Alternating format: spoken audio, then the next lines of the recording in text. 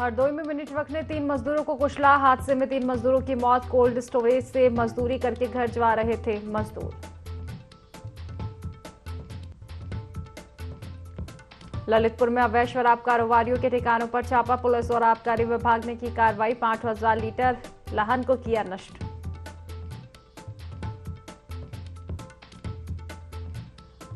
बस्ती में बच्चों के राशन और वजीफे पर प्रबंधक का डाका। स्कूल में नहीं होती है पढ़ाई, बच्चों के नाम पर लिया जा रहा पैसा। मामले में शासन प्रशासन मौन।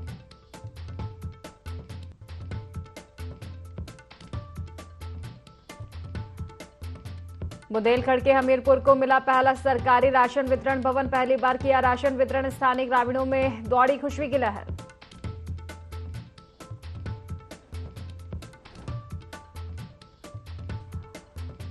और सिद्धार्थनगर में 2 नाबालिग लड़कियों के साथ छेड़खानी। तीनों युवकों के खिलाफ मुकदमा दर्ज। कार्रवाई में जुटी पुलिस।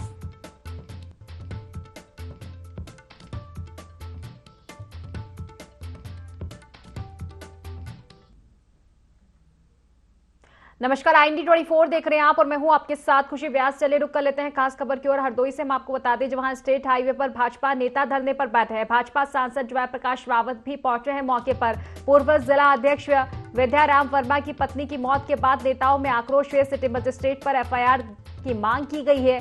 SDM समेत अन्य अधिकारी भाजपा नेताओं को समझाने का लगातार प्रयास कर रहे हैं। हरदोई से खबर बता रहे हैं, स्टेट हाईवे पर भाजपा नेता धरने पर बैठे हैं। दरअसल भाजपा सांसद जयप्रकाश रावत भी इस दौरान पहुंचे हैं मौके पर। पूर्व जिला अध्यक्ष विद्याराम वर्मा की पत्नी की मौत के बाद नेताओं में आक्रोश देखने को मिल रहा है। जाम लगाए हैं, क्या कारण? जाम इसलिए लगाए हुए हैं कि कल विद्याराम जी के साथ जो घटना घटी है उससे पूरे सभी भाजपाई आहत हैं। सिटी मजिस्ट्रेट के कृत्य के कारण उनकी पत्नी का देहांत हुआ। इस कारण से हम सब लोग पूरी पार्टी क्षुब्ध है और जब तक सिटी मजिस्ट्रेट के ऊपर कार्रवाई नहीं होती है तब तक हम लोग ये जाम नहीं हटाने वाले हैं। इसको बर्खास्त भी किया जाए और इसके ऊपर मुकदमा भी लिखा जाए। मैं आपको बताना चाहता हूँ कि बोर्ड उखाड़ा गया और विद्याराम वर्मा जी के साथ दुर्व्यवहार किया गया। उनको धमकी दी गई कि तुम्हारे खिलाफ हम FIR कर देंगे। काफ़ी देर तक ये बवाल चलता रहा और उनकी पत्नी सब सामने देखती रहीं। इसकी वजह से वो हार्ट का उनको सदमा लगा और उनको हार्ट अटैक पड़ गया। इस मृत्यु का दोषी सिटी मजिस्ट्रेट है और अन्य पूरा प्रशासन है। हमारी मांग है कि जो अधिकारी जिसने कार्य किया है और उसके खिलाफ तत्काल प्रभाव से कार्रवाई हो और प्रशासन की ओर से कोई माफी मांगने आए। तो बड़ी खबर आपको बता रहे हैं, हरदोई से स्टेट हाईवे पर भाजपा नेता धरने पर बैठे हैं। आपको बता दें कि पूर्व जिला अध्यक्ष विद्याराम वर्मा की पत्नी की मौत के बाद नेताओं में आक्रोश देखने को मिल रहा है। चलिए विस्तार से चर्चा करेंगे। नसीम खान हमारे साथ जुड़ चुके हैं फोन लाइन पर। नसीम, भाजपा नेताओं का प्रदर्शन लगातार देखने को मिल रहा है, फिलहाल क्या कुछ स्थिति आप देख पा रहे हैं? देखिए खुशी, मैं आपको बता दूं, ये आपको बता दें, हरदोई में भाजपा के वरिष्ठ नेताओं ने सिटी मजिस्ट्रेट के विरुद्ध मोर्चा खोल दिया है। ऐसे में स्टेट हाईवे पर धरने पर बैठकर वरिष्ठ नेता पूर्व जिला अध्यक्ष विद्याराम जी, सांसद जयप्रकाश रावत जी भी मौके पर हैं। वहीं सिटी मजिस्ट्रेट पर FIR की मांग कर रहे हैं। पूर्व अध्यक्ष विद्याराम वर्मा की पत्नी की मौत के बाद भाजपा नेताओं का आक्रोश बढ़ गया है। सड़क पर बैठकर विरोध जता रहे। सिटी मजिस्ट्रेट के द्वारा बीजेपी के वरिष्ठ नेता से बदसलूकी करने पर आहत उनकी पत्नी ने कल दम तोड़ दिया, ऐसा उनका कहना है। नगर मजिस्ट्रेट को तत्काल प्रभाव से हटाने की मांग को लेकर लखनऊ मार्ग पर आवाज के बाहर भारी तादाद में बीजेपी नेता सड़क पर जाम कर दिया, विरोध जता रहे हैं और शासन प्रशासन पर तानाशाही का आरोप भी लगा रहे हैं। SDM समेत कई अन्य अधिकारी मौके पर प्रशासन लगातार उनको समझाने पर लगा हुआ है। हरदोई में हुई इस घटना समझाइश दी जा रही है लेकिन प्रदर्शन फिर भी जारी है। फिलहाल शुक्रिया आपका तमाम जानकारी साझा करने के लिए।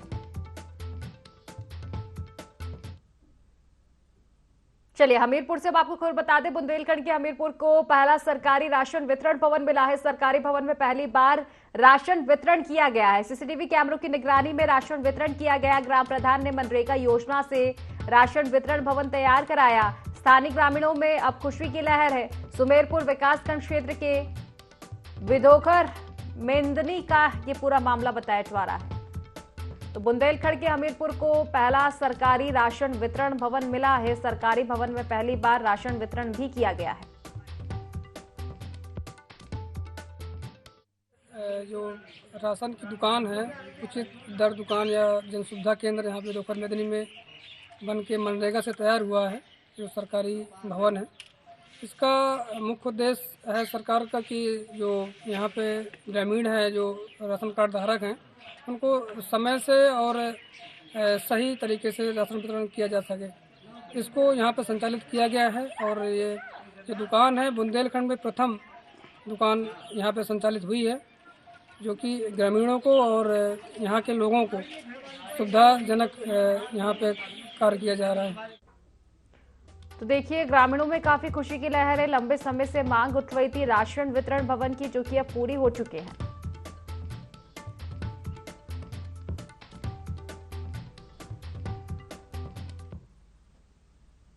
हरदोई जिले के संडीला में मजदूरी कर अपनी साइकिल से घर जा रहे 3 लोग तेज रफ्तार वाहन का शिकार हो गए। हादसे में 2 लोगों की मौके पर ही मौत हो गई, जबकि तीसरे युवक को गंभीर हालत में लखनऊ रेफर किया गया है, जहां इलाज के दौरान उसकी भी मौत हो गई। घटना की जानकारी पर पुलिस ने मामला दर्ज कर लिया है, वहीं कार्रवाई शुरू कर दी है।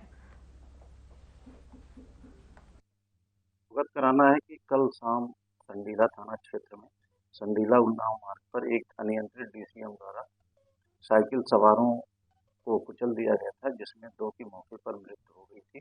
तीसरा व्यक्ति भी, जिसको उपचार के लिए भेजा गया था लखनऊ ट्रामा सेंटर में, उसकी भी मृत्यु हो गई है। पुलिस डीसीएम को पकड़ ली है। ड्राइवर की गिरफ्तारी का प्रयास किया जा रहा है।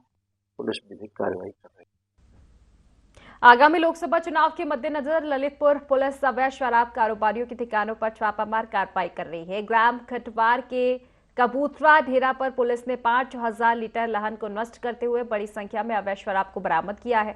पुलिस और आबकारी विभाग ने कार्रवाई को अंजाम दिया। आपको बता दें कि ललितपुर जनपद में अवैध शराब का कारोबार कुटीर उद्योग के रूप में फल फूल रहा है। इसके चलते पुलिस लगातार कार्रवाई भी कर रही है।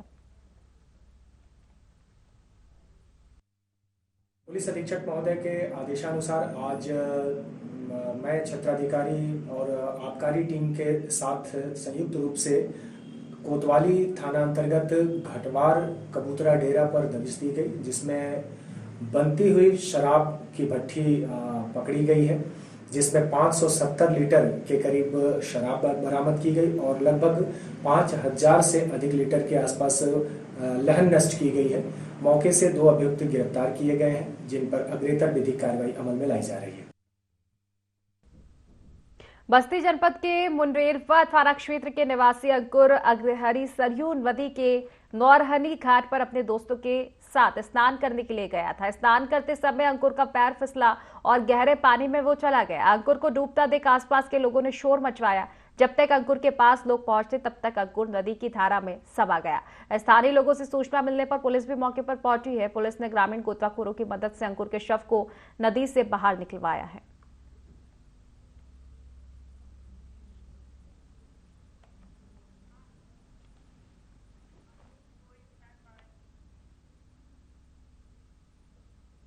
तो पूरे देश समेत हरदोई में कल आदर्श चुनाव आचार संहिता लागू हो गई है। इसके बाद प्रशासन ने शहर से होर्डिंग, बैनर आदि हटाना शुरू कर दिया है।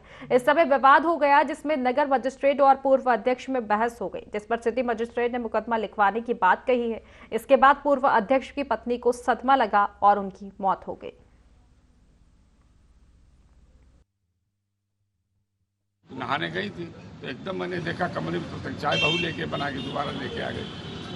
अब वो एकदम आई और एकदम हाथ फिर रही थी, बोल नहीं पा रही थी।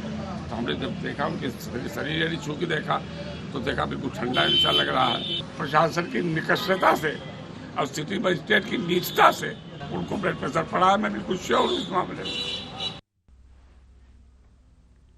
सिद्धार्थनगर जिले में 2 नाबालिग लड़कियों के साथ छेड़खानी का मामला सामने आया है। पीड़ित दोनों लड़कियां सगी बहनें हैं और शोहरतगढ़ थाना क्षेत्र के इटवा भाट की रहने वाली है। छेड़खानी की घटना को लेकर लड़की के भाई ने गांव के ही 3 युवकों पर आरोप लगाते हुए उनके खिलाफ स्थानीय थाने पर नामजद तहरीर दी है। तहरीर के आधार पर पुलिस जांच पड़ताल में जुट गई है। मामले में शोहरतगढ़ सीओ दरवेश कुमार ने बताया कि पीड़ित लड़कियों के भाई की तहरीर के आधार पर आरोपी तीनों युवक के खिलाफ मुकदमा पंजीकृत कर लिया गया है। जांच में जो भी तथ्य निकल के सामने आएंगे उसके आधार पर आगे की कार्रवाई की जाएगी।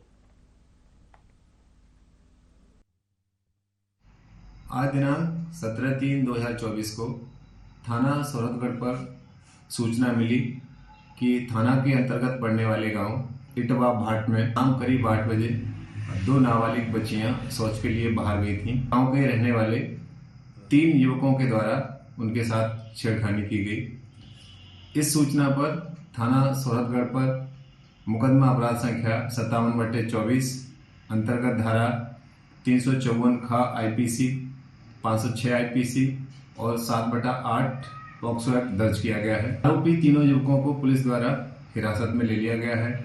मौके पर शांति व्यवस्था बनी हुई है। अग्रिम विवेचनात्मक कार्यवाही प्रचलित है। जनपद अलीगढ़ में एक दहेज लोभी लालची मंगेतर और उसके परिजनों ने दहेज में बुलेट मोटरसाइकिल और 2.5 लाख कैश की डिमांड पूरी न होने के चलते शादी से इनकार कर दिया, जिससे लड़की पक्ष के परिवार के होश उड़ गए। इसके बाद पीड़ित लड़की की मां शिकायत दर्ज कराने पुलिस स्टेशन पहुंची, लेकिन पुलिस ने उक्त लोगों के खिलाफ मुकदमा दर्ज नहीं किया। परिजन ने पुलिस की कार्यप्रणाली पर भी आरोप लगाए हैं। की शादी इनकार कर दिया। शादी से मेरे सारे काम हो चुके थे, मतलब कार्ड वगैरह सब छप गए, बारात आना रह गया था बस। जी इस बात पे लेके कर रहे हैं कि एक बुलेट चाहिए, 2.5 लाख रुपए कैश चाहिए, जब शादी करूंगा। नहीं उससे अगर तुम ये चीज नहीं दोगे तो मैं शादी नहीं करूंगा। प्रदेश की योगी सरकार एक तरफ जीरो टॉलरेंस पर काम करने का दावा कर रही है, तो वहीं बस्ती जिले में सरकारी धन के बंदरबाट का एक ऐसा कारनामा सामने आया जहां 10 किलोमीटर दूर रह रहे बच्चों के नाम पर करोड़ों के राशन और वजीफे के भ्रष्टाचार का मामले का उजागर हुआ है। दरअसल कुदराहा ब्लॉक के महनौना स्थित राम प्रसाद शास्त्री इंटर कॉलेज कागजों में खूब संवारा गया ताकि यहां वजीफे और राशन की बड़ी खेप आ सके। कॉलेज के रजिस्टर में कुछ सालों का रिकॉर्ड देखा जाए तो जितने बच्चे इस कॉलेज में पढ़ने वाले मिलेंगे उससे कहीं अधिक दूर के बच्चों का नाम दर्ज किया गया है। कॉलेज प्रबंधक ऐसा करके एक तो मोटी कमाई करते हैं और दूसरा जिम्मेदारों की नजर में बच्चों से कॉलेज का गुलजार बनाते हैं।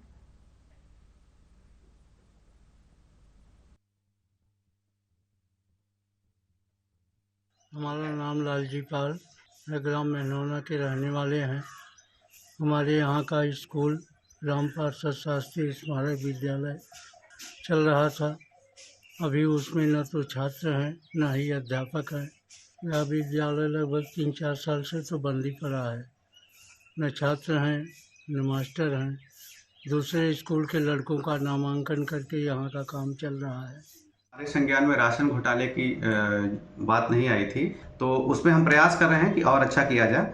और जहाँ तक ये घोटाले की बात है तो जैसी अगर कोई हमें शिकायत मिलेगी तो उस पर हम जो विभागीय प्रक्रिया है, जांच है, वो हम करवाएंगे। उस पर माल आता गया, बच्चे कम होते चले गए, राशन डंप होते चला गया। जब हमको जानकारी मिली तब हमने, जब यहाँ का मतलब MDM प्रभार मिला तो हमने लिखित दिया तो राशन आना बंद। लोकसभा सामान्य निर्वाचन 2024 को लेकर डीएम मोनिका रानी ने प्रेस वार्ता की, जिसमें उन्होंने महत्वपूर्ण जानकारियां दी। इसके साथ ही लोकसभा चुनाव में किसी भी प्रकार की समस्याओं के लिए टोल फ्री नंबर 1950 भी जारी किया। कलेक्ट्रेट सभागार में डीएम ने वार्ता कर लोकसभा सामान्य निर्वाचन 2024 को लेकर निष्पक्ष और पारदर्शित कराए जाने को लेकर मीडिया के माध्यम से महत्वपूर्ण जानकारियां दी है। तो वहीं सुरक्षा व्यवस्था को लेकर SP वृंदा शुक्ला ने महत्वपूर्ण कदम उठाने की बात कही।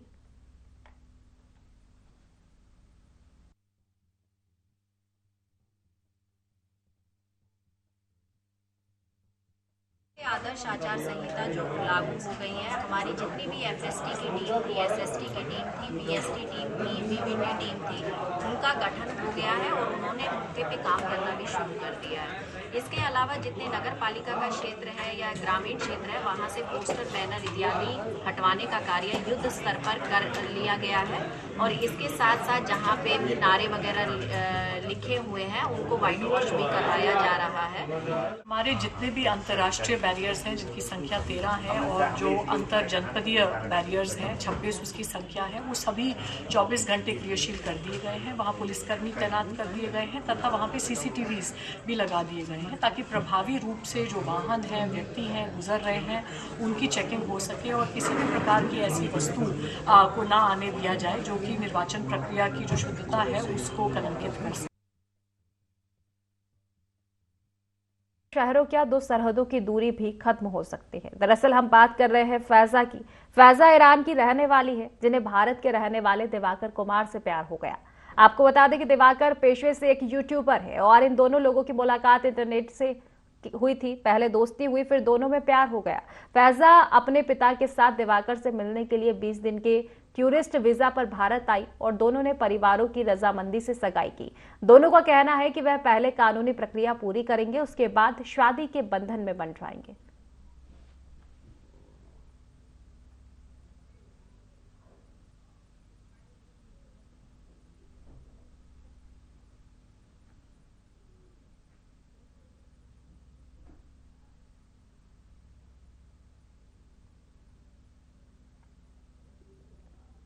तो मुरादाबाद से ये पूरा मामला सामने आ रहा है, जहां आपको बता दें कि भारत के एक यूट्यूबर दिवाकर से ईरान की एक युवती की सगाई हुई है। दरअसल बताया जा रहा है कि इंटरनेट के जरिए दोनों में प्रेम प्रसंग चालू हुआ था। इसके बाद युवती अपने पिता के साथ 20 दिन के वीजे पर भारत आई, जहां दोनों परिवारों की रजामंदी से दोनों लोगों की सगाई हुई है।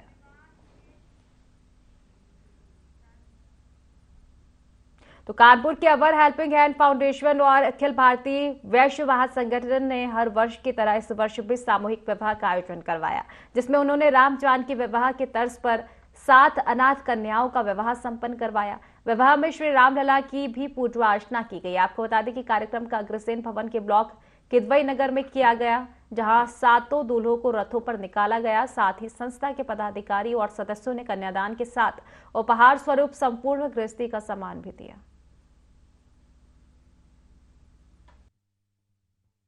भैया ये किदवई नगर अग्रसेन भवन के ब्लॉक में हो रहा है और इसमें 7 अनाथ कन्याएं, निर्धन कन्याएं, जरूरतमंद कन्याओं का हम लोग विवाह करा रहे हैं। ये हमारा 4था साल है। इस वर्ष की विशेषता ये है कि हम लोग राम जानकी सामूहिक विवाह उत्सव के रूप में मना रहे हैं, क्योंकि इस वर्ष हमारा अयोध्या में भव्य राम मंदिर का निर्माण हुआ है। बालक राम हमारे विराजमान हुए हैं। 500 साल बाद ये जगह उनको प्राप्त हुई है, उनका गर्भगृह में। उसी तर्ज पे आज हम लोगों ने इस कार्यक्रम को करने का एक प्रयास किया है, हमारी पूरी संस्था। चलिए हमीरपुर से आपको खबर बता दें, जहां सड़क पार कर निकला है जिला पंचायत निधि का विकास। जिला पंचायत निधि से निर्माण सीसी रोड भ्रष्टाचार की भेंट चढ़ी है। महज 6 महीने में ही 2 बार उसी सीसी रोड का निर्माण हो चुका है। सीसी रोड में पड़ी दरारें और घटिया निर्माण कार्य की पोल खुली है। सीसी रोड निर्माण में बड़े घोटाले की आशंका जताई जा रही है। सुमेरपुर विकास खंड के विधोकर पुरई के पावर हाउस के पास का ये पूरा मामला बताया जा रहा है। तो हमीरपुर से पूरा मामला हम आपको बता रहे हैं। जिला पंचायत निधि विकास में भ्रष्टाचार का मामला सामने आया है। आपको बता दें कि सीसी रोड जो बनाई गई है, भ्रष्टाचार की भेंट चढ़ी है। महज 6 महीने में 2 बार उसी सीसी रोड का निर्माण हो चुका है। सीसी रोड में दरारें पड़ चुकी है, घटिया निर्माण कार्य की पोल खुली है और एक बड़े घोटाले की आशंका जताई जा रही है। सुमेरपुर विकास खंड के विधोकर पुरई के पावर हाउस के पास की घटना बताई जा रही है। चलिए विस्तार से चर्चा करेंगे। सत्यम हमारे साथ जुड़ चुके हैं फोन लाइन पर। सत्यम, सीसी रोड में बड़े घोटाले का मामला सामने आ रहा है, क्या कुछ पूरा मामला? देखिए निधि, बता दूं कि ये जो पूरा मामला है सुमेरपुर विकास खंड के विधोकर पुरई का है, जहां पर एक जिला पंचायत निधि से एक सड़क का निर्माण कराया गया था, सीसी निर्माण कराया गया था, जो कि 6 महीने में ही 2 बार इसकी पोल खुल गई है। निश्चित तौर से यह कहना गलत नहीं होगा, क्योंकि लगातार जो मुख्यमंत्री योगी आदित्यनाथ जीरो टॉलरेंस नीति के तहत काम करने का प्रयास करते हैं और अपने जिम्मेदार अधिकारियों को और अपने प्रतिनिधियों को देते हैं, बावजूद किस तरीके से लगातार जो भ्रष्टाचार की पोल है वो साफ तौर से खुलती हुई दिखाई दे रही है। सड़क फाड़ करके जो ये भ्रष्टाचार है वो खुद निकल करके सामने आया है। निधि, चलिए फिलहाल शुक्रिया आपका तमाम जानकारी साझा करने के लिए।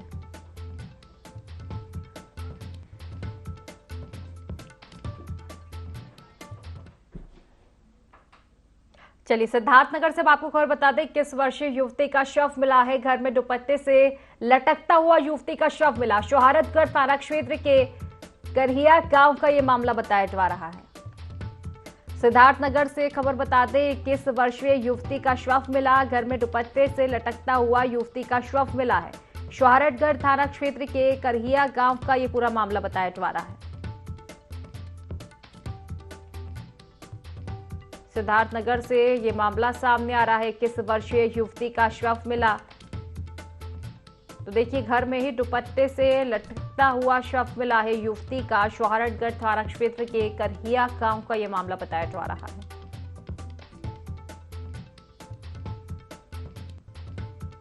तो फिलहाल मामले की जांच पड़ताल में जुटी हुई है पुलिस। कार्रवाई लगातार जारी है।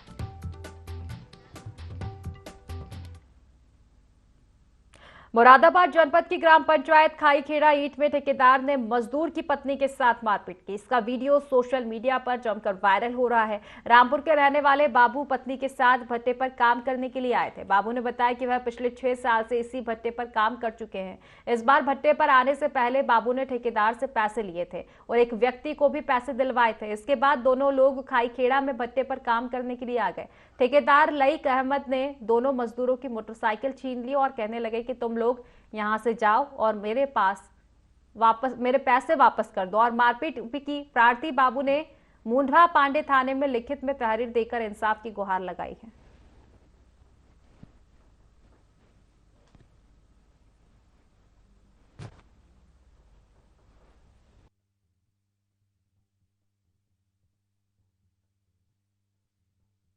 तक कहते हैं ठेकेदार हमें यहाँ पर काम करवा रहा है और हमारी 2 गाड़ी भी छीन ली है उसने, और हमसे कह रहा हमारा पैसा दे दो, गाड़ी ले जाओ। हमने कही थी कि हम तुम्हारा पैसा काम पे लिया, काम पे उतार देंगे, गाड़ी हम बाद में ले लेंगे। बोला नहीं, अपनी गाड़ी आज लो और आज ही हमारा पैसा दो। हमने मना करी। हम चले गए काम पे। हम काम करने लग गए। इतनी देर में मुंशी जी के सामने बात हुई थी, हम काम कर रहे थे। इतनी देर में आके और बीवी हमारे खाना बना रही और आके ये मारपीट करने लग गया था। हमें भगा रहा था भट्टे पे से कि काम नहीं करवाना है, जाओ यहाँ से। मैंने मना किया कि हम काम पे आए, काम पे पैसा लिया, काम करेंगे। तो उन्होंने क्या कि मैं खाना बनाने आई तो मेरे साथ मारपीट की उसने। लोकसभा चुनाव की तारीखों के ऐलान होने के बाद प्रशासन चुनाव की तैयारियों में जुट चुका है। पीलीभीत के जिला निर्वाचन अधिकारी संजय कुमार सिंह ने बताया कि पीलीभीत में 19 अप्रैल को पहले चरण में मतदान होगा। इसके लिए प्रत्याशी 20 से 27 मार्च तक नामांकन भर सकेंगे। 28 मार्च को नामांकन पत्रों की जांच की जाएगी, जबकि 30 मार्च को प्रत्याशी अपना नाम वापस ले सकेंगे। चुनाव परिणाम 4 जून को आएंगे।